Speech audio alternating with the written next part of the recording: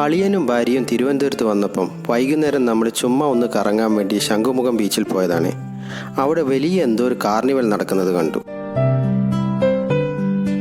ഇതാണ് എൻ്റെ അളിയൻ മിക്കിലിൻ്റെ ഭാര്യ ദിവ്യ. ചുവന്ന പരവതാനി വിരിച്ച വഴിയിലൂടെ നമ്മൾ അകത്തോട്ട് നടന്നു.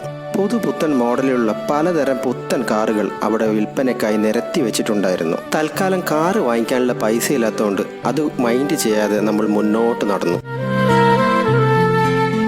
കാഴ്ചകളൊക്കെ കണ്ട് നടന്ന് അവസാനം നമ്മുടെ ഫേവററ്റ് സ്പോട്ടായ ഫുഡ് കോർട്ടിലെത്തി. നല്ല വിശാലമായ ഫുഡ് കോർട്ടാണ് അവരൊരുക്കിയത്. പെനി ഐസ് ക്യാൻഡിയുടെ ഒരു ഔട്ട്ലെറ്റ് ഉണ്ടായിരുന്നു. അവിടെ നിന്നും മഞ്ജുവും ദിവ്യയും കുട്ടികളും ഓരോ ക്യാൻഡി വാങ്ങിച്ച് കഴിച്ചുകൊണ്ടിരിക്കുകയായിരുന്നു. ഞാനും അളിയനും ഐസ്ക്രീമിൽ താല്പര്യമില്ലാത്തതുകൊണ്ട് അവർ കഴിക്കുന്നത് വായി നോക്കിയിരിക്കുന്നു. ഫുഡ് കോർട്ടിൻ്റെ തൊട്ടപ്പുറത്തായി ഏതോ FM സ്റ്റേഷൻ നടത്തുന്ന ഒരു ഗാനമേള ഉണ്ടായിരുന്നു.